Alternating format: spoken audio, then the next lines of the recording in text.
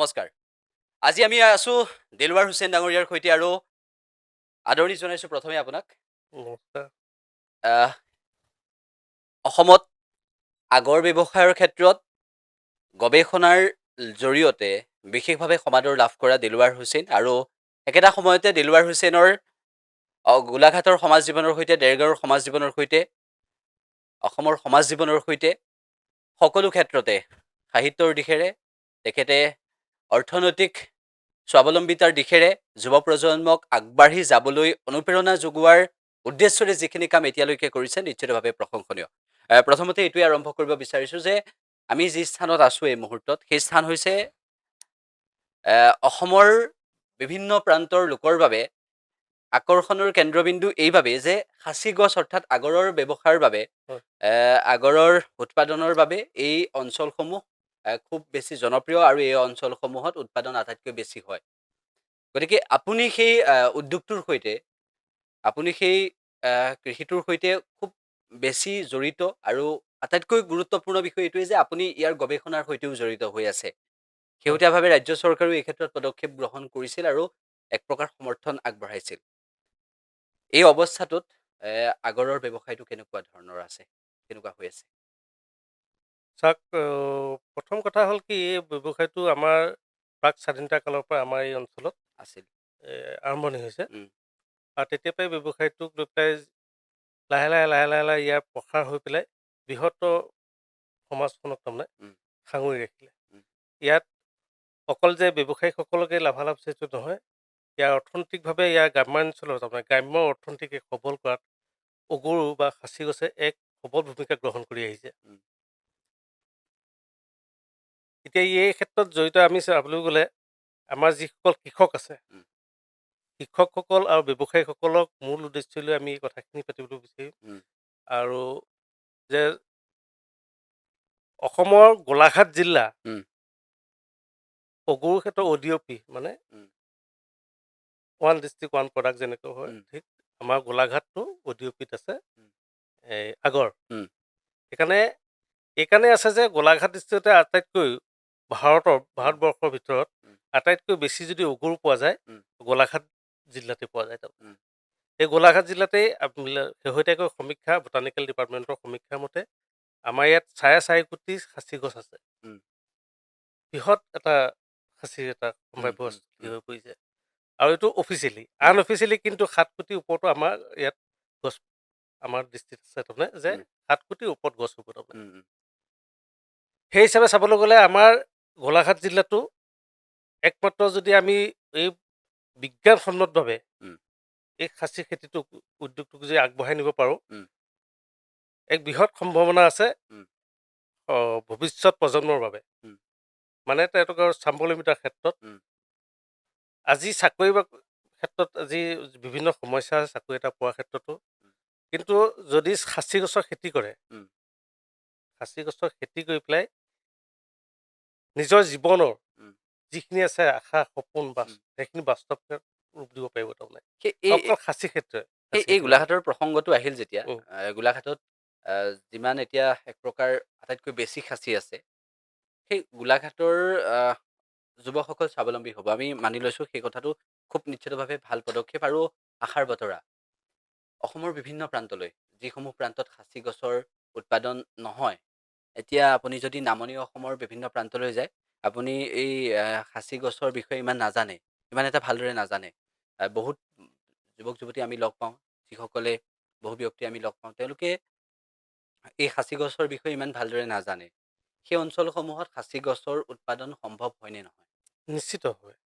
মানে সাঁচি আমাৰ নৰ্থ ইষ্ট উম, সাঁচিৰ কাৰণে উপযোগী এটা অঞ্চল। উম, আৰু ইয়াৰ ক্লাইমেট খাচীৰ কাৰণে উপযোগী। উম, যিহেতু নৰ্থ ইষ্টখন যেতিয়া আমাৰ খাচীৰ কাৰণে উপযোগী হয়, উম, মানে অতি ঠাণ্ডা জেগাটুকুৰা, অতি ঠাণ্ডা শ্বিলং বা এনেকুৱা জেগা বুলি নহ'ব। অতি ঠাণ্ডা হ'লে বাকী যিখিনি আছে, এতিয়া মেঘালয় গাৰো হিলছ আদি কৰি বিভিন্ন জেগাত খাচী গছ পোৱা যায়। উম, উত্তৰ পূৰ্বাঞ্চলৰ প্ৰত্যেকখন ৰাজ্যতে উম, খাচী খেতি সম্ভৱ। উম, আৰু এই অসমৰ ক্ষেত্ৰত যে এইটুকুৰা জেগাতে খাচী খেতি নহ'ব তেনেকুৱা কথা নহয়। উম, খাচী খেতি আমি যদি এতিয়া চাওঁ যে গোলাঘাট, যোৰহাট আৰু শিৱসাগৰতেই খাচী খেতি আটাইতকৈ বেছি উম, বা ব্যৱসায়টো আটাইতকৈ বেছি প্ৰভাৱ পৰিছে। উম, ইয়াৰ মূল কথাটো হ'ল এই অঞ্চলবিলাকত নেচাৰেল ইনফেক্ট হয়। পোকে নিজে গছজোপাত খায় তাৰমানে। উম, নেচাৰেল ইনফেক্ট হোৱাৰ কাৰণে ইয়াত প্ৰসাৰটো বেছি হ'ল। উম, কিন্তু এইটো যে হয় যে অসমৰ অন্য এটুকুৰা জিলাত, অন্য এখন জিলাত শোণিতপুৰত হওক, দৰঙত হওক বা গোৱালপাৰাত হওক যে নাখাব চাচি গছত পোকে, এনেকুৱা কথাও নাই। সেই তাত পোকটো নিব পাৰি নে নোৱাৰি তালৈ? পোকটো নিয়াটো কথাটো মানে কি ইয়াত মই এই ক্ষেত্ৰত বিভিন্ন সময়ত এটা দীঘলীয়া সময় মই গৱেষণা কৰিছিলোঁ উম, পোকটোৰ ক্ষেত্ৰত। পোকটো নিয়াৰ ক্ষেত্ৰত অন্যান্য জিলাবিলাকলৈ নিব পাৰি। উম, কিন্তু ইয়াত পোকটোৱে নিলে নহ'ব তাৰমানে।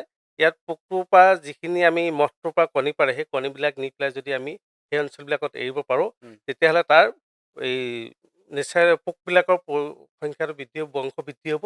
এই বংশ বৃদ্ধি হ'লে নিশ্চিতভাৱে প্ৰত্যেক জিলাবিলাকতে উম, সেই পোকটোৱে তাৰমানে এ, বংশবৃদ্ধি হ'লে নিশ্চয় পৰ্যাপ্ত পৰিমাণে এটা কথা কিন্তু প্ৰথম লক্ষ্য ৰাখিব লাগিব যে প্ৰত্যেক জিলাতে হ'লে কিন্তু তাত পৰ্যাপ্ত চাচি গছৰ খেতি লাগিব।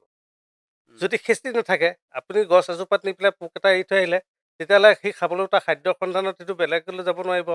সেই গছজোপাতে সীমাবদ্ধ থাকিব, তাতে সীমাবদ্ধ হৈ উম, যাব উম, পৰিব। উম, সেইকাৰণে খাচী খেতি যদি মই অসমৰ প্ৰত্যেকখন জিলাতে প্ৰচাৰ হওক আৰু প্ৰসাৰ হওক, উম, প্ৰসাৰ যদি হয়, প্ৰত্যেক জিলাতে যদি চাচি খেতি ৰোপণ কৰে, তেতিয়াহ'লে ৫ বছৰৰ পাছৰ পৰা সেই অঞ্চল খাচী প্লেণ্টেশ্যন যিবিলাক থাকিব, ফাৰ্মবিলাক থাকিব, তাত যদি এই মদটো লৈ যাব পাৰে, পোকটো নিলে নহ'ব আকৌ, মদটো নিব লাগিব ইয়াৰ পৰা। মেল ফিমেল মদবিলাক নি পেলাই যদি আমি তাত এৰিব পাৰোঁ, উম, নিশ্চিতভাৱে তাতো নেচাৰেল ইনফেক্ট হ'ব। উম, আৰু এটা কথা মই এইখিনিতে কৈ থৈ যাওঁ, উনুকিয়াই যাওঁ, উম, যে পোকে খালে চাচি গছত যে অগৰু হ'ব, উম, এইটো কথা কিন্তু এটা হেৰি ভ্ৰান্ত ধাৰণাৰ লেখীয়া হয়। উম, মই কথাটো অকণমান বুজাই দিব বিচাৰিছোঁ, উম, যে পোকে খালে চাচি গছত মাল হ'ব এনেকুৱা কথা নহয়। চাচি গছজোপাত আমি অন্য ধৰণেও তাক মূল্যৱান কৰি তুলিব পাৰোঁ। উম, এজোপা চাচি গছ যদি মেচিয়ৰ্ড হয়, পুৰঠ গছ এজোপাত আমি অন্য পদ্ধতি আছে বিভিন্ন, সেই পদ্ধতিবিলাক অৱলম্বন কৰি পেলাই গছ এজোপা মূল্যৱান কৰি তুলিব পাৰোঁ তাৰমানে। উম, উম, পোকে খোৱা গছ এজোপাতকৈ আমি অধিক মূল্যৱান কৰি তুলিব পাৰোঁ। উম, এইখিনি কিন্তু আমাৰ সহজ পদ্ধতি আছে এইবিলাক, সেই পদ্ধতিবিলাক জানিব লাগিব। তেতিয়াহ'লে অন্যান্য জিলাবিলাকতো যদি চাচি খেতি কৰে, উম, নিশ্চয় তেওঁলোকে পোকটোৰ কাৰণে বাট চাব নালাগে। উম। গছজোপা মেচিয়ৰ্ড কৰিব লাগে, মেচিয়ৰ্ড হোৱাৰ পিছত তাত অগুৰু গঠন প্ৰক্ৰিয়াখিনি তেওঁলোকে আৰম্ভ কৰিব লাগে। এজোপা সাঁচি গছ ৰোৱা হ'ল, আজি ৰোৱা হ'ল। আজিৰ পৰা কেইবছৰ পিছত সেই সাঁচি গছজোপা এ, এগৰাকী ব্যক্তিয়ে নিজেই ৰুলে, আজি ব্যক্তিগৰাকী ৰুলে তেওঁৰ পৰিয়ালটোৰ বাবে। সেই আৰ্থিকভাৱে স্বচ্ছল হ'বৰ বাবে সেই ব্যক্তিগৰাকীয়ে যদি সাঁচিজোপা বিক্ৰী কৰিব বিচাৰে, তেতিয়াহ'লে কেতিয়া বিক্ৰী কৰিলে কিমান টকা পাব? আমাৰ এই অঞ্চলত। মানে আমাৰ এই গোলাঘাট, যোৰহাট, শিৱসাগৰ এইবিলাক জিলাবিলাকত হ'ল কি, সৰুৰ পৰা পোকে খাই দিয়ে। উম, কিন্তু সৰুৰ পৰা পোকে খোৱা খালেও তাত মানে ভাল উন্নত মানৰ অগুৰ পোৱা নাযায়। উম, কিন্তু 10 বছৰৰ পাছত যদি গছজোপাত পোকে খায়, উম, তেতিয়াহ'লে সেই অগুৰখিনি উন্নত কোৱালিটি হয়, উম, উন্নত মানদণ্ডৰ অগুৰ পোৱা যায় তাৰমানে। সেইকাৰণে খাচী খেতি যদি কৰে কোনোবাই, 15 বছৰলৈকে 15 বছৰতে সেই গছজোপা বিক্ৰী কৰিব পাৰিব। যদি আপুনি ৰোপণ কৰে যে ৰোপণ কৰাৰ 10 বছৰৰ পাছত সেই গছজোপাত পোকে নাই খোৱা, উম, তেতিয়া আমি অগুৰ গঠনৰ কাৰণে অন্য পদ্ধতি অৱলম্বন কৰিব পাৰোঁ। উম, ভৌতিক পদ্ধতি আছে, সেই ভৌতিক পদ্ধতিখিনি অৱলম্বন কৰি পেলাই আমি অগুৰজোপা মূল্যৱান কৰি তুলিব পাৰোঁ। উম, আৰু সেইখিনি কৰাৰ পাছত আমি 5 বছৰ গছজোপাত এৰি দিব লাগিব। উম, 5 বছৰৰ পাছত তাৰপৰা অগুৰ সংগ্ৰহ কৰিব লাগিব বা গছজোপা বিক্ৰী কৰিব লাগিব, আমি অগুৰ সংগ্ৰহ কৰিব লাগিব। তেতিয়া উম, তাত উন্নত মানদণ্ডৰ অগুৰ পোৱা যাব। উম, খাচী গছজোপাৰ ৰোপণৰ পৰা বিক্ৰী কৰালে 15 বছৰ আপুনি উম, অপেক্ষা কৰিব লাগিব। উম। এইটো হ্ৰস্বম্যাদী খেতি, এজোপা গছত কিমান টকা পাব পাৰি? দীৰ্ঘম্যাদী খেতি। উম, খাচী খেতিটো হ'ল দীৰ্ঘম্যাদী খেতি। উম, আৰু দীৰ্ঘম্যাদী খেতিৰ কাৰণে আপুনি পৰিকল্পনাবিলাক কেনেকৈ কৰি ল'ব লাগিব। তেতিয়াহে আমি তাক যিটো আমি পৰিকল্পনা কৰোঁ, সেই পৰিকল্পনা বাস্তৱ ৰূপ পাওঁ। এজোপা গছত কিমান পাব পাৰে এগৰাকী ব্যক্তিয়ে? সেইটো এতিয়া একেষাৰে কৈ দিব নোৱাৰি যে এনে ইমানেই পাব। আপুনি আমি দেখোঁ বাস্তৱ অভিজ্ঞতাৰ পৰা। বাস্তৱ অভিজ্ঞতাৰ পৰা এজোপা গছ 5,000তো বিক্ৰী হ'ব পাৰে, 2,000তো বিক্ৰী হ'ব পাৰে, একজোপা গছ লাখ টকাতো বিক্ৰী হ'ব। উম, তাত অগুৰ গঠনৰ ওপৰত কথা তাৰমানে। উম, অগুৰ গঠনৰ তাৰ কোৱালিটিজ বা গুণগত মানদণ্ড কেনেকুৱা, সেই মানদণ্ডৰ ওপৰত নিৰ্ভৰ কৰিব অগুৰ এজোপা মূল্য। উম।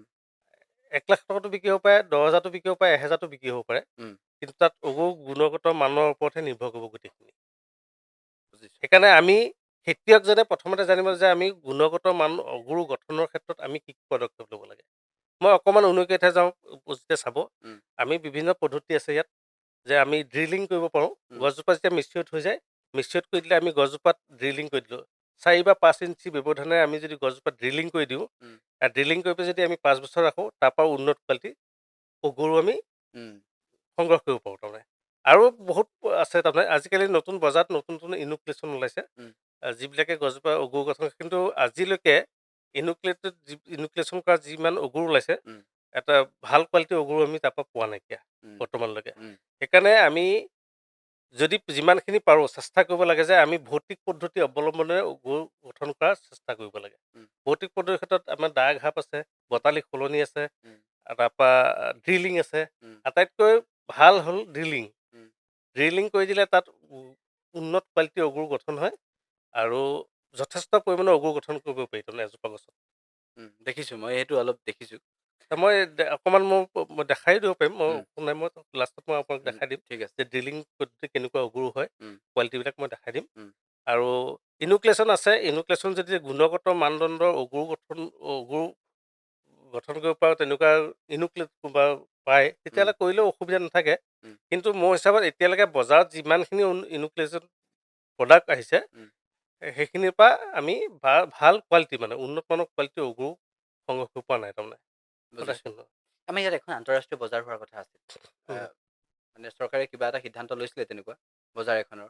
মানে এই ব্যৱসায়টো হ'ল ৭৫ বছৰ হৈ গ'ল উম, আমাৰ ইয়াত আৰম্ভণি হোৱা। উম, এই ৭৫ বছৰত আমি আজিলৈকে আমাৰ যিখিনি উৎপাদিত সামগ্ৰী, উম, এই সামগ্ৰীখিনি য'ত বজাৰখন আছে, উম, মিডল ইষ্টত ইয়াৰ বজাৰ এখন আছে। উম, সেই মিডল ইষ্টলৈ আমাৰ প্ৰডাকশ্যন বা উৎপাদিত সামগ্ৰীখিনি আমি সেই প্ৰকৃত বজাৰখনলৈ নিব পৰা নাইকিয়া। উম, আমাৰ থলুৱা ব্যৱসায় বা কৃষকসকলে উম, আৰু প্ৰকৃত বজাৰখন আমি দেখি পোৱা নাইকিয়া। উম, উম, দেখি নোপোৱা মূল কথাখিনি হ'ল যে আমাৰ প্ৰতিবন্ধকতা। উম, বিভিন্ন প্ৰতিবন্ধকতা আছে ইয়াতে ট্ৰেন্সপৰ্টেশ্যনৰ ক্ষেত্ৰত, পৰিবহণৰ ক্ষেত্ৰত যিখিনি প্ৰতিবন্ধকতা আছে সেই প্ৰতিবন্ধকতাখিনিয়ে আমাক এই প্ৰকৃত বজাৰখনলৈ যোৱাত হেঙাৰ হৈ উম, আহিছে। উম, এতিয়া কথাটো হ'ল কি, আমাৰ যি চৰকাৰ, উম, এই চৰকাৰে ভাল পদক্ষেপ ল'লে, আমাৰ কৃষক ব্যৱসায়ীখনৰ আশা সঞ্চাৰ সৃষ্টি কৰিলে, উম, সঞ্জীৱনী হৈ আহিলে। তেওঁলোকে আমাক এতিয়া বৰ্তমান আন্তঃৰাষ্ট্ৰীয় বজাৰখনলৈ যাব পৰা কাৰণে সেই ব্যৱস্থাখিনি আমাক কৰি দিছে। উম, অগুৰুৰ ক্ষেত্ৰত বিশেষ উদ্যোগ লৈছে। উম, এইবাৰ চেণ্ট্ৰেল গভৰ্ণমেণ্টতো বাজেটতো আমাৰ অগুৰু উল্লেখ আহিছে। এই আটাইতকৈ আমাৰ কাৰণে আশা সঞ্চাৰ উম, অগুৰু খেতিয়ক বা ব্যৱসায়ীসকলৰ কাৰণে। উম, আৰু অনাগত সময়ত এই যিখিনি চৰকাৰী পদক্ষেপ, এই পদক্ষেপে আমাক উদ্যোগটোক নতুন ৰূপ দিব বুলি আমি আশাবাদী। ঠিক আছে। আমি সেইখিনি কথা পাতিম। তাৰ লগতে এই বিষয়টো আছে যে অগৰুৰ পৰা যিটো সুগন্ধি উৎপাদন হয়। আহ, আপুনি যিটো ক'লে যে মিডল ইষ্টৰ কথাটো, উম। মধ্যপ্ৰাচ্যৰ কথাটো আমি উল্লেখ কৰিব লাগিব। সেই তাত ইয়াৰ মূল্যটো, ইয়াৰ যিটো চাহিদা, সেই চাহিদাটো বহুত বেছি। আৰু সেই চাহিদা আমাৰ ব্যৱসায়ীসকলে, এই অঞ্চলৰ ব্যৱসায়ীসকলে নিশ্চয় পাবলৈ সক্ষম হৈছে তাৰ পৰা।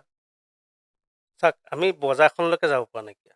উম, প্ৰথম কথা হ'ল উম, যে আমি সেই বজাৰখনলৈকে যাব পৰা নাইকিয়া। উম, যদি বজাৰখনলৈ আমাৰ উৎপাদিত সামগ্ৰী আমি বিক্ৰী কৰিব নোৱাৰোঁ, তাৰ মূল্যটো আমি কেনেকৈ গম পাম? উম, আমাৰ ইয়াত মধ্যভোগী যিসকল আছে, তেওঁলোকে আমাৰ পৰা সংগ্ৰহ কৰি লৈ যায়। লৈ উম, পেলাই তেওঁলোকে বজাৰখনত দখল কৰি আছে।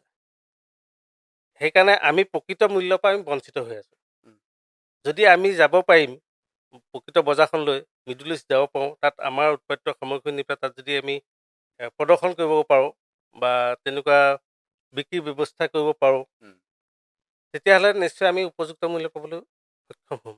উম, কিন্তু বৰ্তমান আমি সেই বজাৰখনৰ পৰা বহুত দূৰত আছোঁ তাৰমানে। বুজিছোঁ। আহ, সেই তাত আহ, তাৰ বিষয়টো আপোনালোকে গম পায় যে তাৰ চাহিদাটোৰ কথাটো আপোনালোকে ভালদৰে নিশ্চয় গম পায়। আমাৰ নৰ্থ ইষ্টৰ উম, অগুৰু যথেষ্ট চাহিদা আছে। উম, ইয়াৰ যিটো স্মাইল, সেইটো এটা চুইটনেছ এটা আছে, মিঠা খুজবু এটা আছে তাৰমানে উম, উম, আমাৰ নৰ্থ ইষ্টৰ অগুৰু। সেইকাৰণে আমাৰ অগুৰু যথেষ্ট চাহিদা আছে। আমি সেই হিচাপে যদি আমাৰ পৰিকল্পনা নাইকিয়া আমাৰ ব্যৱসায়টোৰ ওপৰত, উম,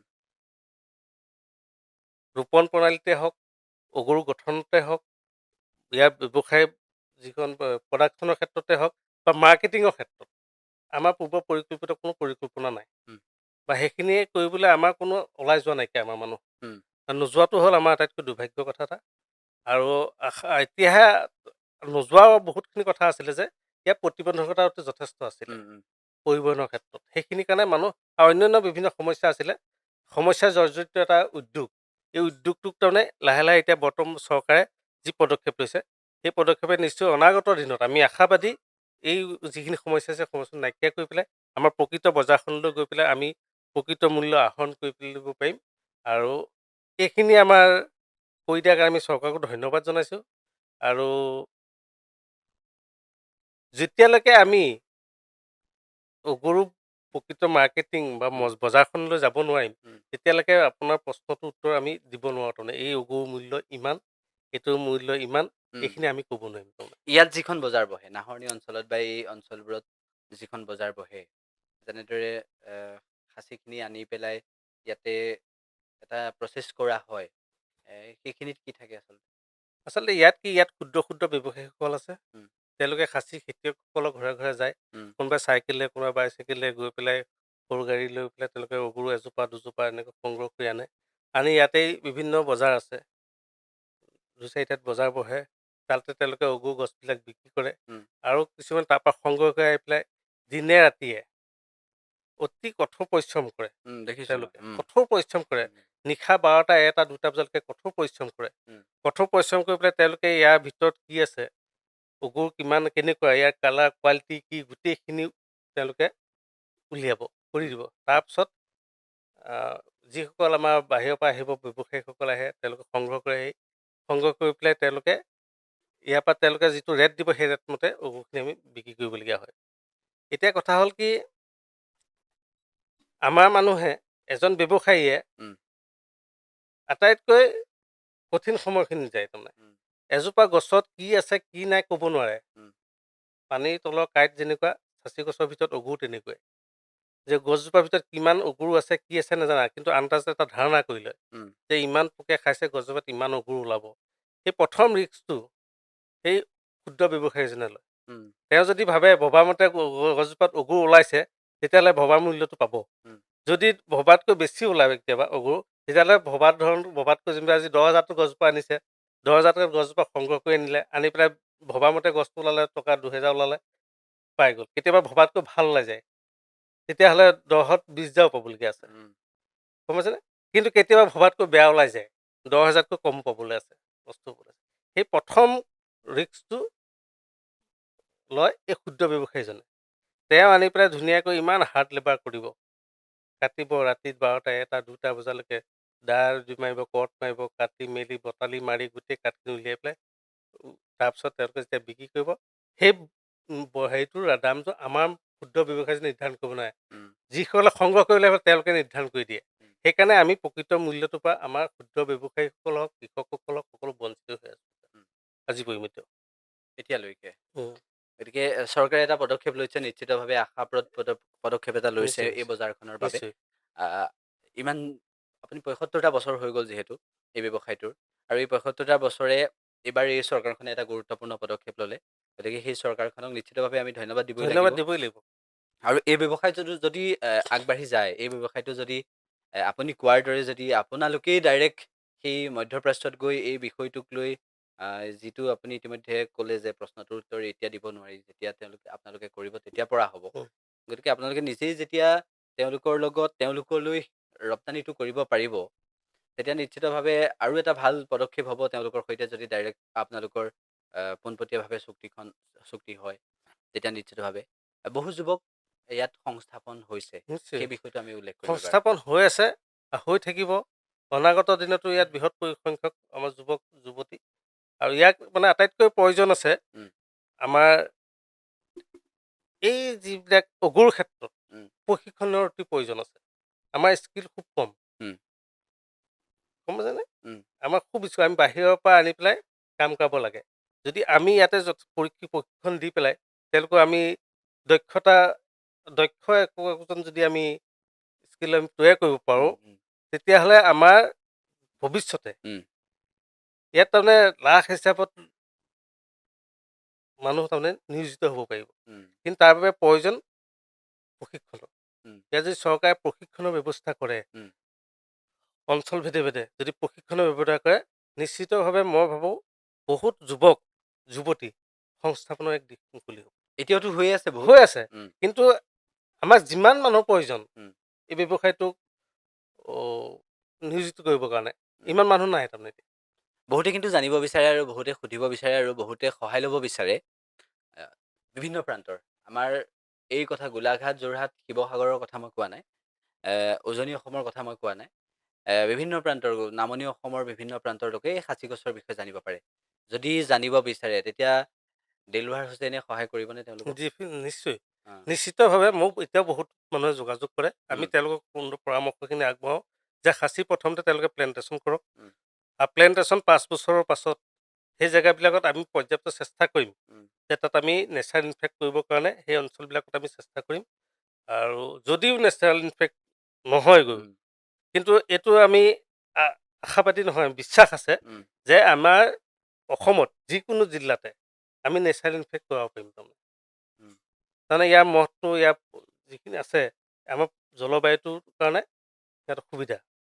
এবি সেইকাৰণে অসমৰ গোলাঘাটতে যে গোলাঘাটত প্ৰচাৰ যোৰহাটত আৰু শিৱসাগৰত প্ৰচাৰ প্ৰসাৰটো পোকটো বেছি মানে ইয়াত পৰ্যাপ্ত চাচি গছ আছে। বুজিছোঁ। সিহঁতৰ খাদ্য সন্ধানত ওলাই গ'লেও খাদ্য মানে বস্তু পালে। যিবোৰ অঞ্চলত নাই, যিবোৰ অঞ্চলত নহয় বুলি ভাবিছে, তেওঁলোকেও যদি এনেদৰে খাচীৰ উৎপাদনটো কৰে, খাচীৰ যদি আপুনি যিটো প্লেণ্টেশ্যনৰ কথা উম, ক'লে, যদি কৰে তেনেহ'লে সেইবোৰ অঞ্চলতো একেই হ'ব। গোলাঘাট, যোৰহাট, শিৱসাগৰ লিখে সেই প্ৰত্যেক জিলাবিলাকতে তেনেকেই হ'ব তাৰমানে। আৰু খালি তেতিয়া অত্যাধিক মাত্ৰা মানে উম, খাচী খেতিটো কৰিব লাগিব। মানুহৰ বহু লোকে খাচী খেতি এতিয়া কৰিছে। এটা সময় আছিল যেতিয়া মানুহে কুঁহিয়াৰ খেতি কৰিছিল এইটো অঞ্চলত। এটা সময় আহিল মানুহে চাহ খেতি বিশেষভাৱে গুৰুত্ব প্ৰদান কৰিলে। উম, আৰু এতিয়া এটা সময় আহিছে মানুহে খাচীৰ খেতিৰ ওপৰত বিশেষভাৱে গুৰুত্ব আৰোপ কৰিছে। উম। খাচীৰ বাগানো বহুতে কৰিছে, নহয় জানো? নাই সেইটো চাওক, সেইটো মানে এদিনীয়া হোৱা কথা নহয়। উম, মানুহে এতিয়া দেখি আহিছে। উম, আজি ইমান দিন হ'ল, ইমান বছৰ, ইমান যুগ পাৰ হৈ গৈছেগৈ। খাচী খেতিটো যে মানুহৰ অতি সহজে লাভান্বিত হ'ব পৰা এটা ব্যৱসায় বা উদ্যোগ আৰু খেতি, এইখিনি কিন্তু মানুহে উপলব্ধি কৰিছে। উম, আজি আমি ২০০০ চনত এটা সমীক্ষা চলাইছিলোঁ গোটেই অসমত। আমি অসমত তেতিয়াতো বেলেগ ডিষ্ট্ৰিক্টত গৈ লাভ নাই, গোলাঘাট, যোৰহাট আৰু উম, শিৱসাগৰতে। উম, তেতিয়া আমি ৯০ লাখ মানৰ চাচি গছ, আমি বেচৰকাৰী সমীক্ষা আমি কিবা এটা ছুপ্ৰিম কোৰ্টৰ কিবা ৰায় এটা হেৰিৰ কাৰণে আমি সমীক্ষা এটা চলাইছিলোঁ। তেতিয়া আমি পাইছিলোঁ ইয়াত ৯০ লাখ চাচি গছ। উম, গোলাঘাট, যোৰহাট, শিৱসাগৰ উম, ৯০ লাখ চাচি গছ। আজি ২০২১-২২ত গণনা মতে উম, অসমত ১৫ কোটিৰ ওপৰত চাচি গছ। এতিয়া চাওকচোন ইমান বৃহৎ সংখ্যক হৈ গ'ল। উম, আৰু গোলাঘাট জিলাত ৪.৫ কোটি বটানিকেল ডিপাৰ্টমেণ্টৰ ৰিপৰ্ট মতে। কিন্তু অফিচিয়েলি, আনঅফিচিয়েলি কিন্তু ৭ কোটিৰ ওপৰত গছ। বুজিছোঁ। এ এ- এবিঘা মাটিত কিমান খাচী পুলি ৰুব পাৰি? প্ৰায় ৬০০ পুলি ৰুব পাৰি। উম, প্ৰায় ৬০০ পুলি ৰুব পাৰি তাৰমানে। উম, আৰু বিঘা মাটি মই সমীক্ষা এটা দি দিওঁ উম, এইখিনিতে, মানুহে তেতিয়া বুজি পাব পাৰিব যে এবিঘা মাটি যদি আমি বিজ্ঞানসন্মত পদ্ধতিৰে উম, চাচি খেতি ৰোপণ কৰোঁ, তেতিয়া ৬০০ গছ যদি আমি তাত ৰোপণ কৰিব পাৰোঁ, ৬০০ গছ ৰোপণ কৰিলে আমি ১৫ বছৰত সেই বিঘা মাটিত আমি কোটি টকা ওপৰত অৰ্জন কৰিব পাৰিম। উম, এবিঘা মাটিৰ পৰা আমি কোটি টকাৰ ওপৰত উপাৰ্জন কৰিব পাৰিম তাৰমানে। উম, যদি আমি গোটেই পদ্ধতিখিনি বিজ্ঞানসন্মত হিচাপে কৰা হয়, উম, ৰোপণ প্ৰণালীৰ পৰা অগুৰু গঠনলৈকে গঠন আৰু প্ৰডাকশ্যন, উম, অগুৰ সংগ্ৰহ ক্ষেত্ৰত গোটেইখিনি যদি আমি বিজ্ঞানসন্মতভাৱে কৰোঁ, নিশ্চিতভাৱে আমি এবিঘা মাটিৰ পৰা ১৫ বছৰত ১ কোটিৰ ওপৰত, উম, কমচে কম ১ কোটি, তাৰ ওপৰত পাৰে ২ কোটি হ'ব পাৰে, ১.৫ কোটি হ'ব পাৰে, আমি তাৰপৰা আহৰণ উপাৰ্জন কৰিব কৰিব পাৰিম, পাৰিম উপাৰ্জন কৰিব পাৰিম তাৰমানে। নিশ্চয়। গতিকে বহুতৰ বাবে সম্ভাৱনাৰ থল। উম, আৰু যোৰহাট, গোলাঘাট, শিৱসাগৰেই নহয়, অসমৰ প্ৰতিটো প্ৰান্ততে যদি খাচীৰ উৎপাদনটো হয় তেনেহ'লে অসমত অৰ্থনৈতিকভাৱে এটা বিপ্লৱ হ'ব। বিপ্লৱ। আৰু সেই কৃষি বিপ্লৱ আমাৰ বাবে নতুন প্ৰজন্মৰ বাবে এ, সম্ভাৱনাৰ থল হ'ব আৰু আশাৰ বতৰা হ'ব। হয়, নিশ্চিতভাৱে চাচি খেতি এনেকুৱা উম, এটা ১৫ বছৰত এটা অঞ্চলৰ ৰূপৰেখা বদলি কৰি দিব পাৰে। উম, এটা অঞ্চলৰ ৰূপৰেখাটো তাৰমানে বদলি কৰি দিব পাৰে। আজি যদি চাই, আজি এইবোৰ ১৫ বছৰতে আপুনি বিজ্ঞানসন্মত প্ৰণালী মই উম, বাৰে বাৰে এই কথাটো বিজ্ঞানসন্মত এইকাৰণে কৈছোঁ উম, আমাৰ সকলোৱে খাচী গছ ৰুৱে উম, কিন্তু বিজ্ঞানসন্মত নোহোৱাৰ কাৰণে আমি তাৰ পৰা যিটো উৎপাদন পাব লাগে সেইখিনি নাপাওঁ তাৰমানে উম, উম, যদি আমি চাচি গছৰ খেতিটো যদি আমি ৰোপণ প্ৰণালীৰ পৰা বিজ্ঞানসন্মতভাৱে কৰোঁ তেতিয়াহ'লে যথেষ্ট আমি তাৰ পৰা উৎপাদন পাওঁ উম, গম পাইছে মই সেইকাৰণে বাৰে বাৰে বিজ্ঞানসন্মত কথাষাৰ উম, সেইকাৰণে কৈ আছোঁ চাচি গছ পুলিটা আমি য'তে ত'তে ৰুই দিওঁ আনি পুলিকেইটা নি উম, পেলাই তাৰ পৰা গছজোপা যি ধৰণে বৃদ্ধি হ'ব লাগে সেই বৃদ্ধিটো নহয় তাৰমানে উম, সৰু হৈ থাকে সৰু হৈ থকা কাৰণে আমাৰ ৰোপণ প্ৰণালীটো ভুল উম, সেইকাৰণে সৰু হৈ থাকে তাৰ ডিষ্টেঞ্চটো মেইনটেইন কৰিব লাগিব উম, তাৰ গাঁতটো খানোতে তাত সাৰ যাব পচন সাৰ যিবিলাক দিব লাগে সেইখিনি নিদিলে উম, গছপুলিটো প্ৰথমতে বৃদ্ধি হোৱাত বা হেঙাৰ হৈ পৰে উম, সেই হেঙাৰ হৈ পেলাই গছপুলিটো ডাঙৰ নহয় কেতিয়াও উম, কিন্তু সেইখিনিৰ পৰা যদি আমি দৃষ্টি ৰাখোঁ পুলিটো ৰোপণৰ পৰা যদি আমি দৃষ্টি ৰাখোঁ উম, গছ পুলিটো মেচিয়ৰ্ড হোৱালৈকে মেচিয়ৰ্ড হোৱাৰ পাছত আমি তাত যদি অগুৰু গঠন প্ৰক্ৰিয়াখিনি আমি আৰম্ভ কৰোঁ উম, তেতিয়াহ'লে সেই গছজোপা হেৰিয়ৰ মূল্যৱান তুলিব পাৰিম মূল্যৱান কৰি তুলিব পাৰিম উম, তাৰমানে তেতিয়া নিশ্চিতভাৱে এজন কৃষকে এজোপা গছত 10 পৰা 20-30 হাজাৰ টকা পোকে নাখালেও আমি গছজোপাত মূল্যৱান কৰি দিলোঁ পাওঁ উম, যদি আমি 600 গছ লওঁ ৰোপণ কৰোঁ এবিঘা মাটিত উম, যেতিয়া এজোপা গছ 10,000 পৰা 20-30,000 50,000লৈকে আমাৰ বিক্ৰী কৰিব পৰা ব্যৱস্থা হয় তেতিয়াহ'লে কিমান 600 গছত কিমান টকা আহৰণ কৰিম যথেষ্ট টকা আমি আহৰণ কৰিম কোটি টকাৰ ওপৰত যাবগৈ সেইটো হয়।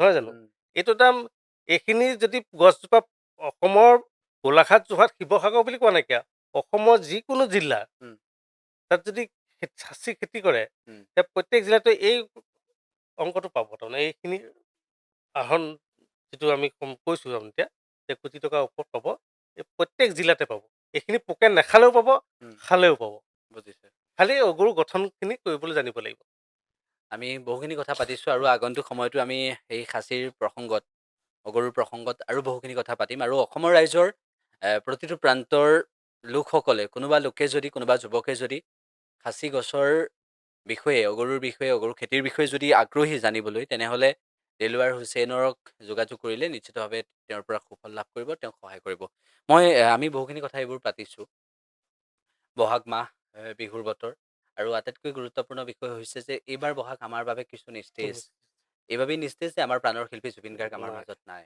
অসমীয়াৰ মনত কিমান এটা দুখ আৰু বেজাৰ অসমৰ প্ৰতিগৰাকী লোকৰ মনত প্ৰত্যেক কেনেকুৱা দুখ আৰু বেজাৰ আমি সেয়া ভালদৰে জানো এ- এগৰাকী কবি হিচাপে এগৰাকী সাহিত্যৰ সৈতে জড়িত ব্যক্তি হিচাপে এই জুবিন গাৰ্গৰ সৃষ্টিৰাজি আৰু বহাগ জুবিন গাৰ্গবিহীন বহাগ আপুনি কি কেনেদৰে অনুভৱ কৰিব পাৰে কি ক'ব বিচাৰে জুবিন দা নাই এই কথাটোৱে আচৰিত এটা উম, ভাবিব নোৱাৰি তাৰ কথা এটা উম, আৰু জুবিন দাৰ বিষয়ে বিশাল সাগৰ বুলিয়ে কওঁ যে আমি তাত কি বিচাৰি পামগৈ জুবিন দাৰ বিষয়ে আমাৰ ক'বলগীয়া একো নাই আমি ক'ব নোৱাৰো নাই হয়তো আমাৰ শব্দৰ অভাৱ হ'ব আমি যিধৰণে কথাখিনি উপস্থাপন কৰিব লাগিব হয়তো আমাৰ শব্দৰ ক'ৰবাত হিনমিনতা হ'ব পাৰে কম বেছি হ'ব পাৰে আৰু সেইখিনি কৈ পেলাই মই জুবিন দাৰ বিষয়ে ক'ব নোৱাৰো কিন্তু জুবিন দাৰ বিহীন বহাগ একদম নিস্তেজ উম, একো নাই আজি শিল্পী বহুত আছে উম, আগতো আছিলে উম, এতিয়াও আছে আৰু ভৱিষ্যতেও আহিব কিন্তু জুবিন দাক আমি নাপাওঁ আৰু উম, কেতিয়াও নাপাওঁ সেইটোৱে আৰু জুবিন দাৰ বিহীন এই কথাখিনি ভাবিবলৈকে আমি কষ্ট পাইছোঁ তাৰমানে উম, কষ্ট পাইছোঁ জুবিন দা নাই এই কথাটোৱে টান পাইছোঁ আৰু বহাগ আগত যিধৰণে মানুহে পালন কৰিছিলে বিহু পালন কৰিছিলে সেইখিনিতো আজি মই দেশত আজি আমি আমাৰ 50+ হ'ল উম, আমি বিভিন্ন সময়ত বহাগত গৈছোঁ বহাগ বিহু আমি উদযাপন কৰিছোঁ গৈছোঁ দেখিছোঁ শুনিছোঁ কিন্তু এইবাৰ সেই নিস্তেজতাই সকলো ম্লান কৰি তুলিছে উম। আমি সেইটো স্থানত আছোঁ যিটো স্থানৰ কাষতেই শ্ৰদ্ধাৰ সৈয়দ আব্দুল মালিক ছাৰৰ বাসগৃহ আমি সেইটো স্থানত আছোঁ যিটো স্থানত জিকিৰ সম্ৰাট ৰেকিবুদ্দিন আহমেদৰ বাসগৃহ আমি সেইখন স্থানত আছোঁ যিটো স্থান হিন্দু মুছলমানৰ সম্প্ৰীতিৰ নিদৰ্শন বুলি কোৱা হয় গতিকে আহ, এই নাহৰনিক লৈ এই আমাৰ অঞ্চলটোক লৈ এই গৌৰৱময় বহু গাথা আছে গৌৰৱময় বহু কথা আছে আৰু গৌৰৱময় বহু কৃষ্টি সংস্কৃতিয়ে গৌৰৱময় বহু কাহিনীয়ে সকলোকে আকৰ্ষিত কৰে শ্ৰদ্ধাৰ ছৈয়দ আব্দুল মালিক ছাৰ আৰু ৰকিবউদ্দিন আহমেদ ডাঙৰীয়াৰ যি আদৰ্শ, তেওঁলোকৰ যি কৃষ্টি আৰু সংস্কৃতি, তেওঁলোকৰ যি জাতিক আগবঢ়াই নিয়াৰ প্ৰয়াস, সেইখিনিক লৈ কি ক'ব? নিশ্চয়ভাৱে, কাৰণ এইটো এটা আমাৰ আমি গৌৰৱ। উম, আমি গৌৰৱী, আমি গোলাঘাটীয়া নাহৰণি বুলি কওঁ তাৰমানে। উম, কাৰণ নাহৰণি বুলি ক'লে চিনি পালে আমি প্ৰথম চিনাকি আছিলে ছৈয়দ আব্দুল মালিক। উম, ছৈয়দ আব্দুল নাহৰণিক পৰিচয় আছিল। উম, তাৰপিছত জিকিৰ সম্ৰাট ৰকিবউদ্দিন আহমেদ, তেনেকৈ বিভিন্ন শিল্পী আহিছিলে আমাৰ, তেওঁলোকৰ লগত আছিলে। আৰু ৰকিবউদ্দিনে হওক, আমাৰ ৰকিবউদ্দিন ছাৰ হওক বা আমাৰ মালিক ছাৰ হওক, আমাৰ নাহৰণি গৌৰৱ। উম, আমি নাহৰণিক যদি আমি চিনাকি পাইছে প্ৰথমতে মালিক ছাৰ, উম, ৰকিবউদ্দিন ছাৰ, উম, তাৰ পাছতে আমাৰ অগুৰ উম, নাহৰণি পৰিচয়, উম, এই অগুৰ। আৰু মালিক ছাৰৰ সৃষ্টিৰাজিক আমি কি ক'ম? উম, আমি মালিক ছাৰ গোটেই গ্ৰন্থখিনি পঢ়িয়ে পোৱা নাই উম, এতিয়ালৈকে, উম, হাতলৈ আমি পোৱাই নাইকিয়া। আৰু যিখিনি পাইছোঁ সেইখিনিৰ পৰাই আমি অঘৰী আত্মাৰ কাহিনীয়ে কওঁ, সূৰ্যমুখী স্বপ্নৰ পৰা আদি কৰি যিখিনি পাইছোঁ পঢ়িছোঁ, তাত আমি তেওঁৰ যিখিনি চৰিত্ৰ যি ধৰণে বৰ্ণনা কৰি গৈছে, সেইখিনিৰ ওপৰত আমি আলোচনা কৰিব পৰা ক্ষমতা আমাৰ নাইকিয়া। উম, কিন্তু আমি গৌৰৱী, আমি নাহৰণিয়ান এইকাৰণে কওঁ যে আমি পুৰোধা ব্যক্তি সেইসকলৰ আমাৰ সমাজ জীৱনৰ অংগ আছিল।